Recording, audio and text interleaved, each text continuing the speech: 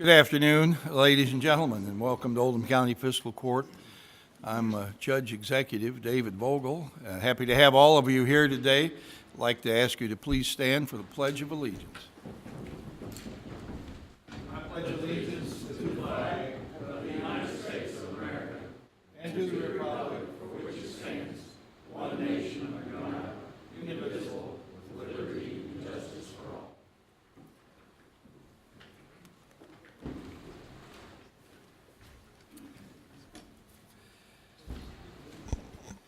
Last time I checked, it was a beautiful spring appearing day, even though it's February 20th. We're enjoying our weather and hope that all of you are having a nice day. We're happy to have you with us. I'd like to ask our clerk to now please call the roll. Magistrate Likens. Here. Magistrate Tice. Here. Magistrate Leslie. Here. Magistrate Greenwell. Here. Magistrate Hounds. Here. Magistrate Eldridge. Here. Magistrate Dye. Here. Magistrate Logsdon. Here. Judge Vogel. Here. Having all members of the fiscal court present, this meeting is now in session. Is there a motion to accept the agenda? Second. Anyone like to add anything? I'm going to add under, right ahead of the last public comment, personnel items.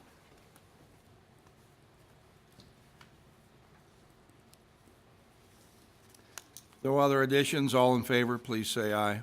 Aye. Opposed? So moved. Now we'll read our minutes from the last meeting that was on February 6th. February 6, 2018. The Oldham County Fiscal Court convened at a regular meeting at 2:04 p.m. with Judge Executive David Vogel, County Attorney John Carter, and the following magistrates in attendance: Brent Likens, Wayne Tice, Steve Greenwell, Chris Hounds, Kevin Eldridge, Bob Dye, and Michael Logsdon. Magistrate Leslie was absent. Motion made by Magistrate Dye and seconded by Magistrate Logsdon to approve the agenda. Motion carried unanimously. Motion made by Magistrate Hounds and seconded by Magistrate Tice to approve the meeting minutes of January 23rd. Motion carried unanimous. Public comment. Solid Waste and Recycling Coordinator Becky Zocklin announced an anti-litter video PSA contest open to current litter abatement groups. Contest details will be announced on the county's Facebook and YouTube pages. Jailer Mike Simpson announced the new detention center is in operation, provided an overview of the transition process and how his staff is adjusting to the change. Director of Planning and Development Services, Jim Urban, announced a public information meeting to review proposed changes to the Oldham County Comprehensive Zoning Ordinance and Oldham County Subdivision Regulations Saturday, February 10th at 9 a.m. in the fiscal courtroom. Kentucky Association of Chiefs of Police presentation to the Sheriff's Office. Sean Butler, Accreditation Manager for KACP, presented to Sheriff Sparrow, the Sheriff's Office, third Certificate of Accreditation for meeting or exceeding program standards. Sheriff's Office 2017 Financial Statement. Motion made by Magistrate Logsdon and seconded by Magistrate Greenwell to authorize the Judge Executive to sign the Sheriff's Office 2017 Financial Statement. Motion carried unanimously. Bid openings for the culvert replacement in Settlers Point. The following sealed bids for culvert replacement under Settlers Point Trail were open and read aloud for the record. Galusha Contracting, $82,973, and Hornback Construction, $74,900. Payables. Motion made by Magistrate Hounds and seconded by Magistrate Eldridge to approve the payables. Motion carried unanimously. Contract agreements and resolutions. Resolution for the recycling equipment grant application. Motion made by Magistrate Dye and seconded by Magistrate Hounds to authorize the Judge Executive to sign Resolution Number 01020618 relating to a Kentucky Pride Fund grant application to purchase equipment for the recycling center. Motion carried unanimously. Resolution for the Household Hazardous Waste Event grant application. Motion made by Magistrate Likens and seconded by Magistrate Eldridge to authorize the Judge Executive to sign Resolution Number 02020618 relating to a Kentucky Pride Fund grant application to fund a household hazardous waste collection event. Motion carried unanimously. KYTC contract. Motion made by Magistrate Dye and seconded by Magistrate Greenwell to authorize the Judge Executive to sign Supplemental Agreement 1 contract documents and Resolution Number 03020618 relating to the Spring Hill Trace Sidewalk Project. Motion carried unanimously. Memorandum of Understanding for Kentucky Wired. Motion made by Magistrate Eldridge and seconded by Magistrate Greenwell to authorize the Judge Executive to sign the Memorandum of Understanding with Kentucky Finance Cabinet relating to the Kentucky Wired Network within Oldham County. Motion carried unanimously. Committee reports and recommendations. Parks Committee. Motion made by Magistrate Eldridge and seconded by Magistrate Tice to allow LaGrange Farmers Market use of the courthouse square each Saturday from 7 a.m. to 1 p.m. from May through October 2018, with the exception of Arts on the Green and Oldham County Day. Motion carried unanimously. Motion made by Magistrate Eldridge and seconded by Magistrate Tice to allow LaGrange Baptist Church use of the courthouse lawn on Wednesday, June 20th from 6 p.m. to 8 p.m. with a rain date of June 21st for its annual Family Fun Night. Motion carried unanimously. Roads Committee. Motion made by Magistrate Logsdon and seconded by Magistrate Hounds at the recommendation of the county engineer to release the $27,179 erosion control bond relating to the Verizon wireless retail store at 6007 Pleasant Colony Court. Motion carried unanimously. Bid award for the culvert replacement in Settlers Point. Motion made by Magistrate Likens and seconded by Magistrate Greenwell to award the Settlers Point Culvert Replacement Project to Hornback Construction for $74,900. Motion carried unanimously. Personnel actions. Parks and Recreation. Motion made by Magistrate Hounds and seconded by Magistrate Logsdon to approve the termination of Daniel Workman Jr. effective February 2nd, 2018. Motion carried unanimously. Public comment, none. Executive sessions.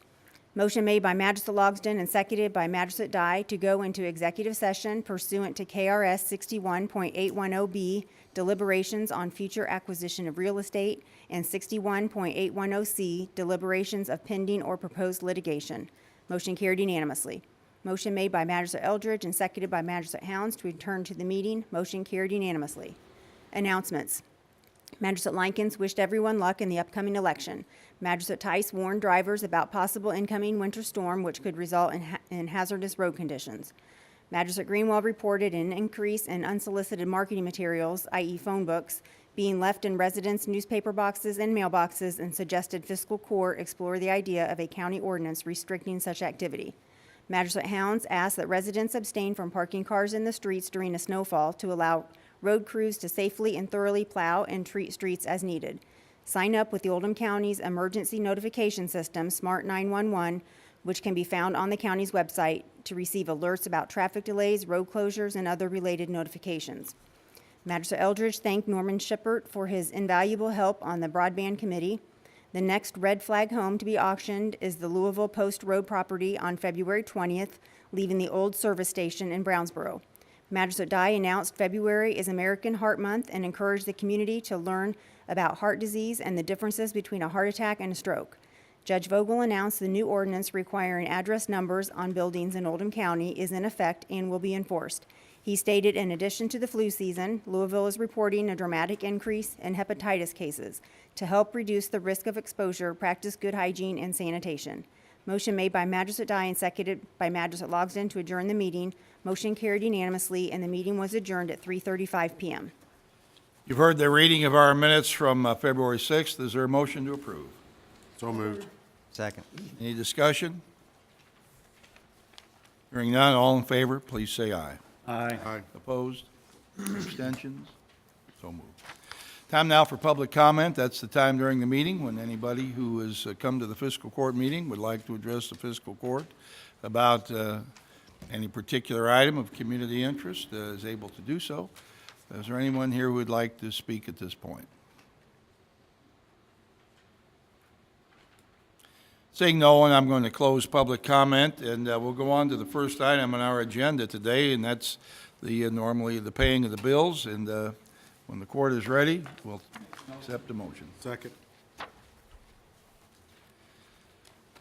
All right, is there a motion, any discussion on any item to be paid?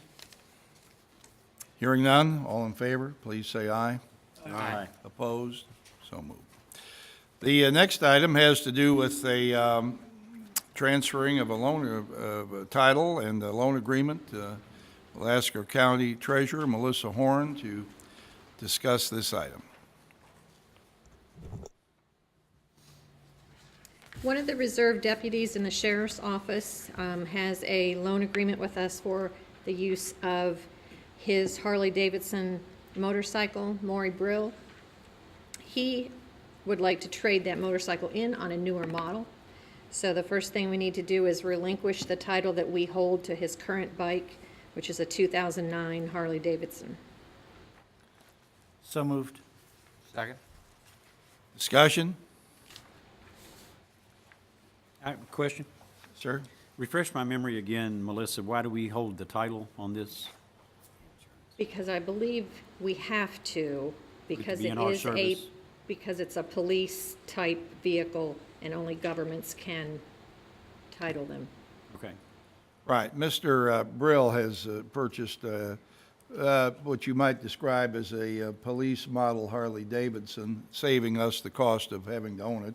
He owns it, rides it in parades and at other ceremonial functions that the Sheriff's Department participates in. And so we insure it for him and have it on our books, but it's really his vehicle. So, and he's wanting to trade up. I understand. Okay. Measure die. You want to make it clear that we're not buying the motorcycle. He's buying it. We're just putting it on our books. Right.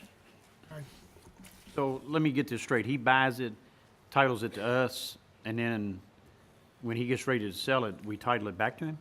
Correct. Okay. Right, and then we'll be taking on the new. Right. His new purchase, right.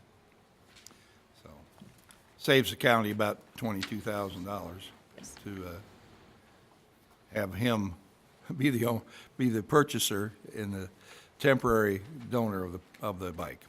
Any other discussion on this? All in favor, please say aye. Aye. Opposed? Would you vote against it?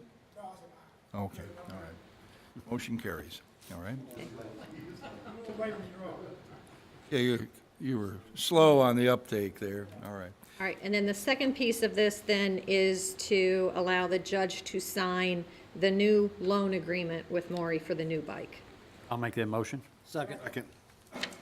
Any discussion on that? Hearing none, all in favor, please say aye. Aye. Opposed? So moved. Thank you. Now, under contract agreements and resolutions, we have an addendum to the agreement and regarding the county-wide radio system. Tim Keel?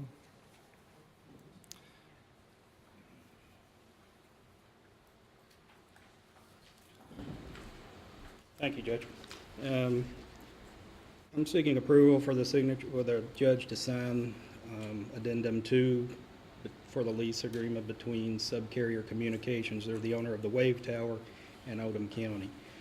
That's for the placement of 2 small antennas on the ice bridge from the tower itself over to the building. That's not a cost to the county. That's Metro's equipment. They will pay for the install, the equipment itself, and there's no change in the lease with Subcarrier for Oldham County. I'll make that motion, Judge. Moved and seconded that I sign this addendum to the agreement with Subcarrier Communications for 2 additional towers, They're not but towers. antennas. There's a 5-foot antenna and a 3.5-foot antenna that's going on the ice bridge, very small. Very small. Measure die. We haven't had these all along, correct? Because because of the new system, we're getting these?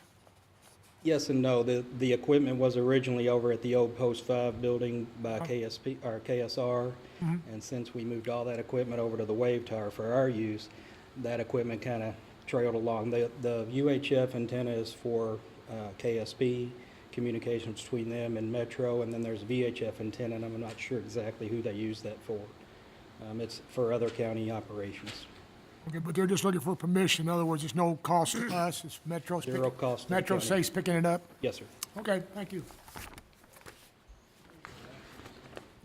Any other questions on this agreement? Hearing none, all in favor, please say aye. Aye. Opposed? So moved. Thank you. Thank you, Judge. All right, Belinda Demus now on item D, work order for title services for the Spring Hill Sidewalk Project.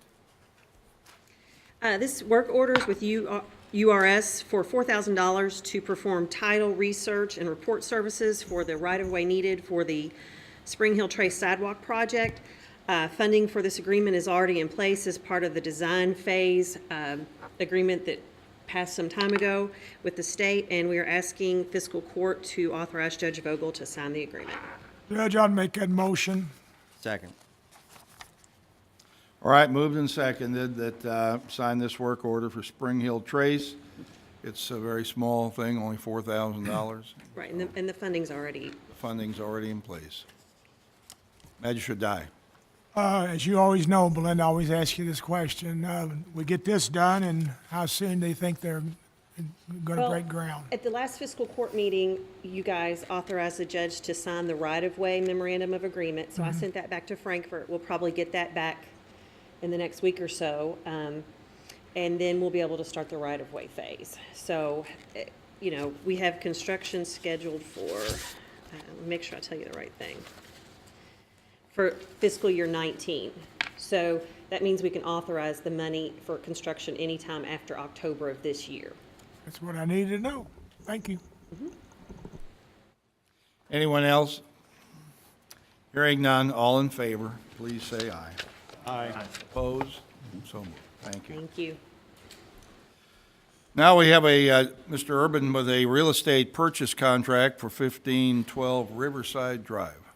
Afternoon, Judge, Magistrates. The agenda item is a real estate purchase contract for 1512 Riverside Drive, and we're asking that you authorize the judge to sign it. This is part of the FEMA grant, and that's why we're not doing this in closed session. You've discussed this in the past and actually have authorized us to apply for these grants. Quick history, in 2014, we started applying on behalf of the people on Riverside Drive and Belknap Beach for FEMA grant money to either elevate their structures above the floodplain or acquisition. We did one acquisition 2 years ago on Riverside Drive, and this grant was submitted for the 2016 year, and it was awarded last year. And again, this is all FEMA money. We get reimbursed all of this. We do have to put the money up front. The total price is $399,500. That's done by appraisal, and it's also been approved by FEMA. And if you look on the second page of this proposal, the owners of the property have already signed it on February 13th, so they're in agreement with all the terms of the contract. Judge, I make that motion. I'll second. Moved and seconded that I sign this FEMA real estate purchase contract at 1512 Riverside Drive. This property will become county property. It will, yeah.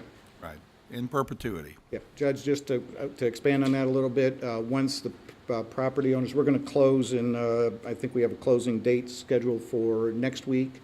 Once we close, the people will have 30 days to leave the premises, and they're packing up now. We then demolish this building, and it becomes part of the fiscal court's ownership. We have to put a conservation easement on it that there won't be another house built on it. The whole intent is to try to reduce the national flood insurance claims. Right. Magistrate Eldridge. Mr. Urban, could you explain a little bit about the demolishing and who's going to pay for that? All of that comes out of the grant money, and I didn't bring those numbers with me, but we demolish the building and we'll put that out for bid. Then we grade the property. Any septic tanks are filled with sand, and then seed and straw it. And again, it's all paid for, reimbursed by FEMA. Thank you. Magistrate Greenwell. Thank you, Judge. Jim, this is our second house that we've done this with. That's correct. How many have we raised, if any? I think altogether there are 7, and I'm sorry I didn't check the number. We had If you recall. 5, 6, 7, there may be 8. There's a couple that are in the process. Okay. And it's been very successful in terms of those that have done it. How many homes are in this neighborhood? Oh, let's see, it's both, it's Oldham Acres and Harmony Village. I'm going to guess that there are probably about 60 or 70. Okay, Some of them are already elevated. right.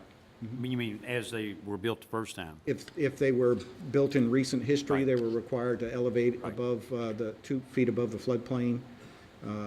Matter of fact, tomorrow morning, we're having a community assistance visit where they're going to audit all of our books over the last 3 or 4 years, and we always score very high, whether going way back to Joe Shane Backler and myself and Louise Allen and me again as floodplain managers. We always get good scores on making sure that we're building in compliance with the FEMA requirements. Magistrate Likens. Thank you, Judge. There were a lot of players in this from the beginning. If I'm correct, I think we were one of the first in the United States to get this type of grant. We were the first in the state of Kentucky for a State of community Kentucky. our size. And Louisville applied and got grant money last year. For a while, they were holding us up as the poster child, and it was like we were learning this as we went along. So again, the first application was in 2014. It got awarded in 15. And as you know, Magistrate Likens, we always have neighborhood meetings down at the Shady Glen Club on a Saturday and tell the people what they're getting into if they apply. It's voluntary. They don't have to. But this, again, reduces the claims, and the river is rising now, and so I expect that we'll have flooding down there again this year, so. Can you fill us in on who maintains this lot once it goes into conservation? Are we maintain it in perpetuity? We are responsible for the maintenance, but we have an agreement with the homeowners association, and on the one that we've already acquired, 2 of the neighbors are just doing it. One of them has a piece, lives on the riverside side of Riverside Drive, has a lot on the other side and just mows between the 2 of them. And I've thanked them numerous times for keeping the property looking real well. So we anticipate that we're going to do the same on this property. Thank you. All right, anyone else? All right, we've had a motion and a second for me to sign this contract to buy this property. All in favor, please say aye. Aye. Opposed? So moved. Thank you. Thank you, Judge.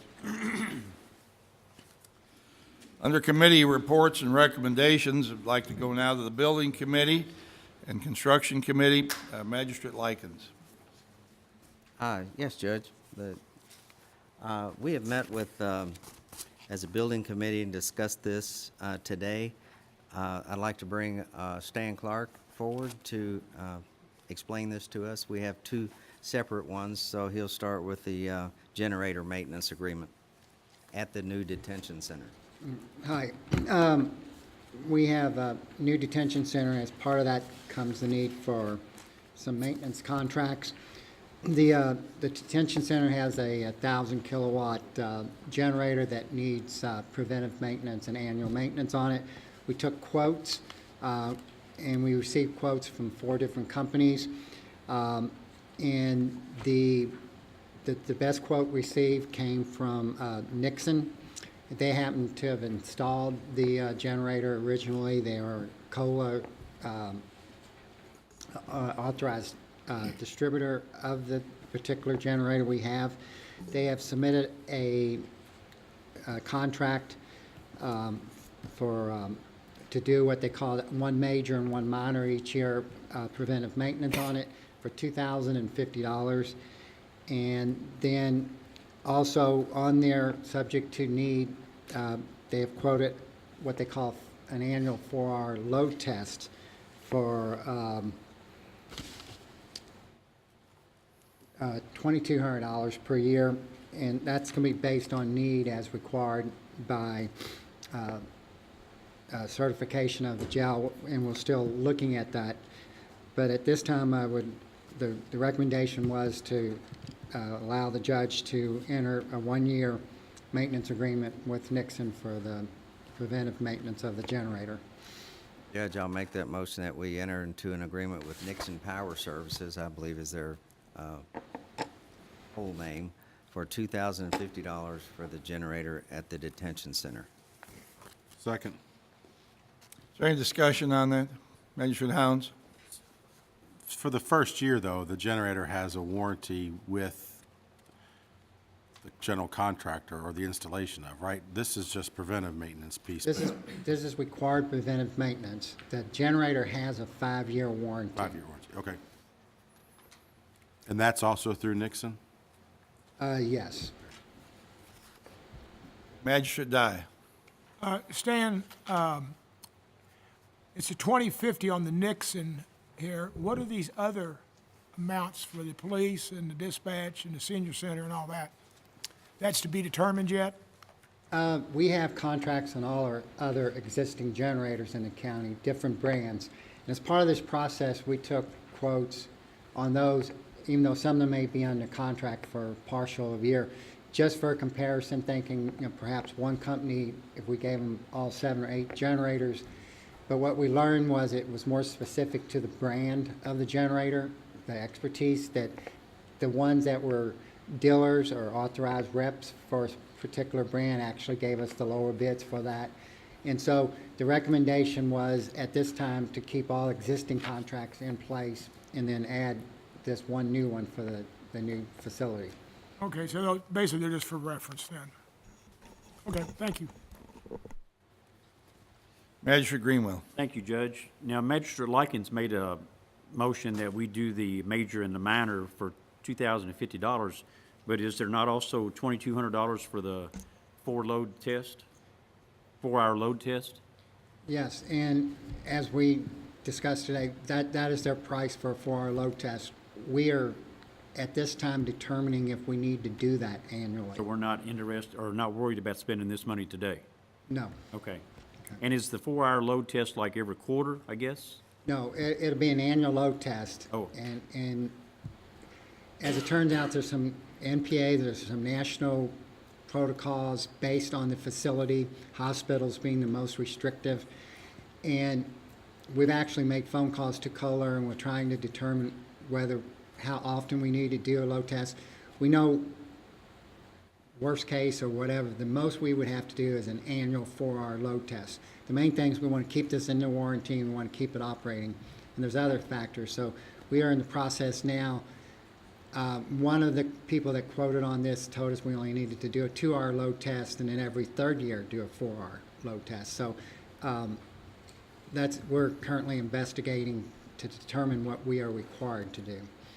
Stan, do you know if every month does this generator kick on once just to make sure it's working for short periods of time? It actually exercise, as what they call it, on a weekly basis, a scheduled weekly basis. Okay. Magistrate Likens. Yes, Judge, one more thing. We have to do this preventive maintenance agreement in order to keep our warranty, our 5-year warranty, in force. So, Any further discussion on this? Okay, all in favor of me signing the contract with Nixon Power Services, please say aye. Aye. Opposed? So moved. Thank you. The next is a preventive maintenance agreement for keeping the equipment at the new facility, just preventive maintenance, keep it in good working order and stuff. And yes, the first year, a lot of the equipment is under warranty. Some have, it's various, it goes 1 to 3 years, some's parts and labor, some are just parts. But the main thing is to get in there and prevent it. We originally put this out for quote back last year. We received no quotes because our bid was very complex and maybe a little over. At that point, we then went into negotiations with various, talking to 4 different vendors. And in the process, we determined what we, our maintenance department can do, such as, change the filters. We are going to provide the filters and belts and those kind of basic parts, thinking why pay an upcharge to an outside vendor, just go ahead and supply them. So we worked all this out, came up with a list of what needed to be done and when it needed to be done. And then we got quotes from everybody based on the same exact set of requirements. We want, the 77 heat pumps maintained, and here's the checklist of what needs to be done on a quarterly basis. And a lot of the quote that came in, it's a quarterly preventive maintenance contract. Some service, it's just an annual, some steps are only annually. Some are spring and fall when we change from heating to cooling and vice versa. That's all in here. The low bid that came in, the low quote that came in was from Alpha Mechanical, who currently has preventive maintenance with us for the courthouse and the old jail. Their bid came in at $9,800 per year. It was substantially lower than someone else, and Maintenance has had good experience with them, and we've had good experience with them. And based on that, we ask that permission be given to the judge to enter a one-year preventive maintenance contract with Alpha Mechanical. You Stan, I'd like to make the motion that we award the preventive maintenance contract to Alpha Mechanical Services, Inc., in the amount of $9,800. This is for a period of 1 year and is renewable, but this contract today is just for a one-year contract. Second. It moved and seconded. I'd be allowed to sign the contract with Alpha Mechanical. Is there any, Magistrate Dye? And we've talked about this quite a few times, and you've went to a great length here, and I applaud you for your work. There's basically about 9 areas of concern or maintenance concerns here on the bid. The only thing that I'm curious about is we're responsible basically for the disposables, which would consist of basically the belts and the filters, correct? We provide the filters and we do the changes. We also provide belts to, because they would need to be replaced. That's something we can do, and we can replace at the time. And if on the preventive maintenance, when Alpha in this case would come around, if they needed to, the belt's beginning to wear and they need to replace it, we would provide that belt to them too, but they would actually install it. So with that being said, are we putting together, and I'm not trying to catch you flat-footed, are we putting together some sort of a catalog of what kind of belts we need to have in-house? Yes. Or all these belts, are they that time sensitive or time critical? I was going to break now and then come and fix it tomorrow without having a problem with the system, or do we need to be right on top? Okay. During the process, and this has been a more than 2 or 3 months process. I know. We've put together an inventory. Some of it's being ordered as we speak, and it's based on lead time. Some parts we can get at Lowe's. Other parts, such as the locks for the doors, there's 2 different mechanisms. A lock door has an 8-week lead time, so we know we need to keep those in stock. We have 3 different kinds of lighting down there, LEDs and whatnot. Some you could go buy at Lowe's today. Others have longer lead time. So, and on the filters, we've already done a change out of filters because when we received it with all the construction, it was dirty. So we've already, 77 of the heat pumps filters have been changed. The go there is to keep a 2 to 3 change out supply of filters. So, and it's as we go. Items like cameras and the speakers and stuff, we're trying to keep based on lead time and need an actual parts inventory. So that is, it's not complete, but you'll see payables coming here in the next month to build that inventory. Yeah, well, through our discussions, we figured out early on from our old facility, that was one of the problems we had, that we always had to wait on a spare part. And hopefully we gotten away from that. All right, well, thanks again for this. Magistrate Likens. Thank you, Judge. I just want to thank Stan for his tenacity in looking into this. He looked at nuts and bolts and left no stone unturned. So I thank him for that. Right, thank you. It took a long time to actually get all the elements of the bid lined up and get everybody on the same page as to what they were bidding on. And we're going to vote here on something for $9,800. At one time, some of the bids on this work exceeded $100,000. So we've really sharpened the pencil, so thank you for the work you did. Any other comments on this? All right, hearing none, all in favor, please say aye. Aye. Opposed? So moved. Thank you. Now we'll go on to the personnel items that we have here, and Ms. Shaw.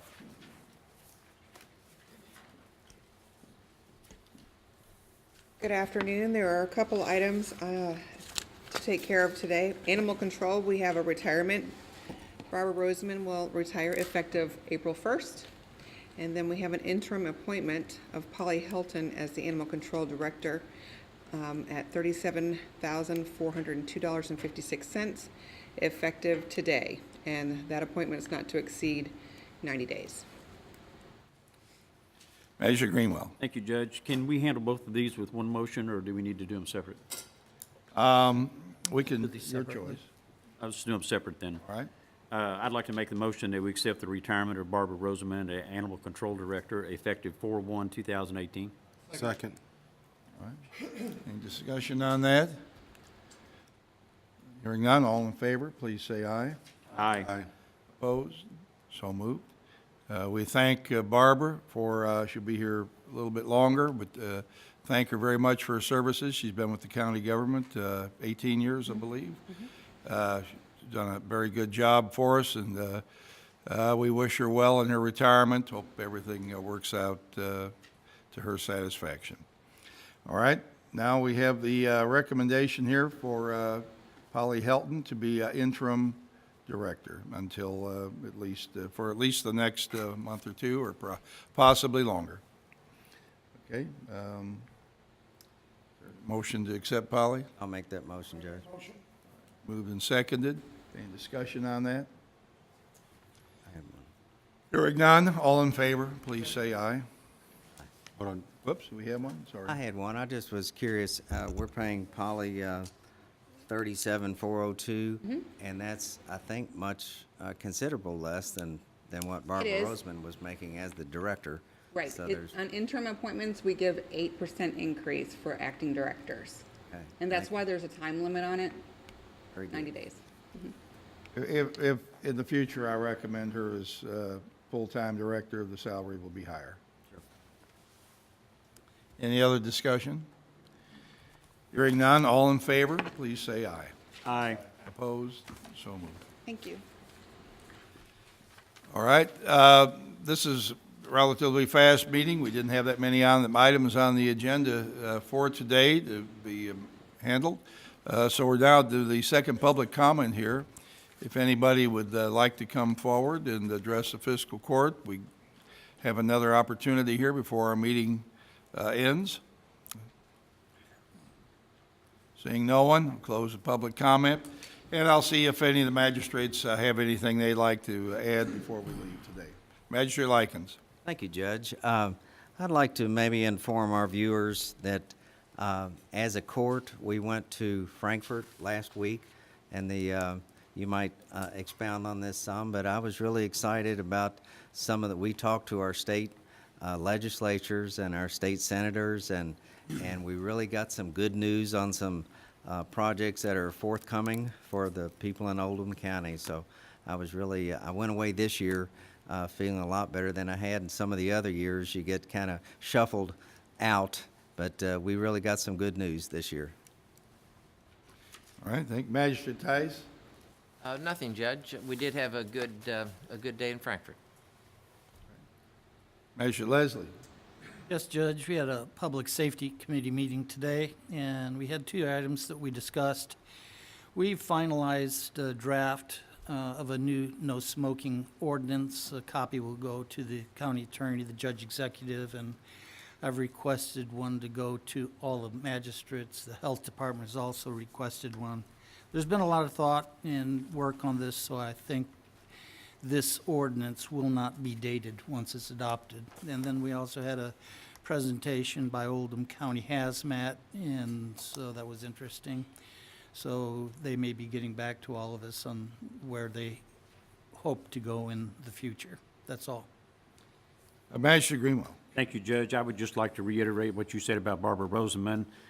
She has been a very effective animal control officer and always answered her phone and answered your questions. She was very knowledgeable, and I just wish her well in her retirement. Thank you. Magistrate Hounds. Yes, Judge, thanks. As everybody's probably aware, we're going to be getting some rain coming in the next couple of days. Just remember, if you see water running across the roadway, turn around. Don't drive through it. You may not know how deep the water is. It only takes about 6 inches of water moving at 6 miles an hour to move the average car. Like to say some of the same things that the other magistrates have said about Frankfurt. It was a very good meeting. We did get time with all of our legislators, and I did send a thank you note email to some of them, and they said that it was a great meeting. They always enjoy seeing us and hearing the judge's comments about his favorite topic, I-71. Right. Magistrate Eldridge. Thank you, Judge. Just wanted to commend our Planning and Development Department. The meeting that they had on the 10th was pretty well attended. I think it was very informative, and appreciate everybody that came out for that. Thank you. All right, Magistrate Dye. Good luck to Barbara, good luck to Polly, both. And we had a good productive day in Frankfurt. Much like what Magistrate Likens said, in the years past, we've always been kind of walked away and kind of sad face, but this year we got some good news. And last but not least, I've gotten several calls about I-71 northbound at exit 14. The lights are out along the roadway. I talked to KYTC, and they said it's due to a circuit burnout, and it's going to be a joint venture or joint work deal between them and LG&E, and they said it would probably take anywhere from 4 to 8 weeks to fix. So it's getting lighter earlier and staying light a little bit longer, so maybe we can suffer through that for a little bit longer.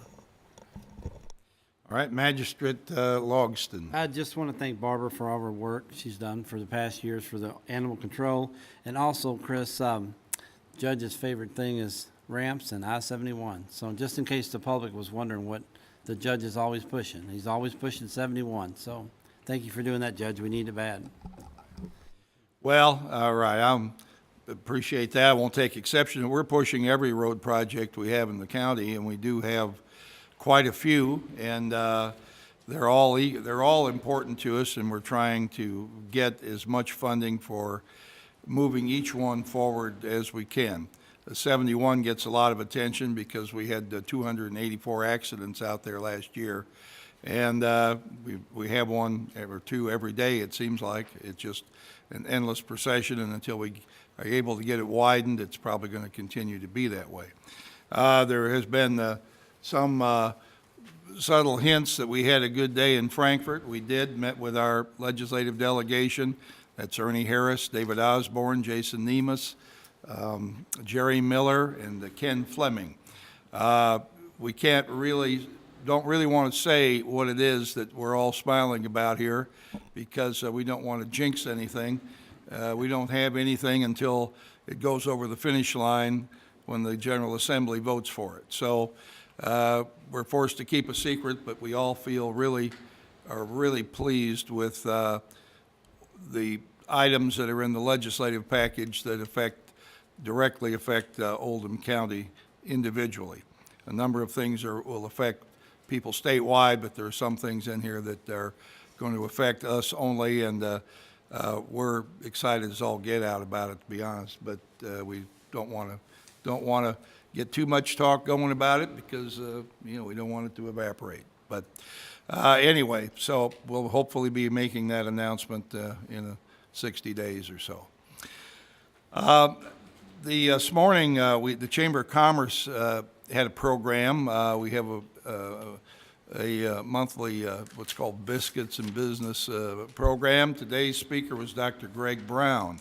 That name may not mean something to everyone, but Dr. Brown is an Oldham County native, grew up here, went to school through here, and then went on to medical school, and he became a surgeon, a plastic surgeon, and while doing work with burn victims, actually discovered that the healing process applied to the skin of burn victims could also restore the skin of others who weren't burned but had wrinkles and what they might consider to be imperfections. He went on to build a very big business called, I want to say Revive, but it's really Revi. It's, I think, a French pronunciation of the name. He's been very successful and talked about his business today, and we're very proud of him because he falls under the category of local boy makes good, and many people who've lived here for a long time actually know Greg Brown and grew up with him. So we're pleased with his success. He's not a young guy. He's probably 65 years old now. But 64. 64, right. Did you go to school with him? Right. So it was really nice to have him here. Our bed and breakfast program will be on Channel 184. We try to put as many things on 184 as we can when local speakers come through the community, or there are programs that take place that we can record that translate into being seen on television or on YouTube. We try to do that. We have upgraded our production capacity. We really only have one videographer, but he's found a way to coordinate 4 cameras at once, and that helps to make a program that's visually interesting and informative. So somebody this morning told me that they watch these meetings on Channel 184 and actually get something out of them. So we're happy about that. If you don't want to watch bicycle commercials during the middle of the night, we're a good alternative here. And we invite more people to come up and be here. And let us know if you know of any programs or anything that should have community focus.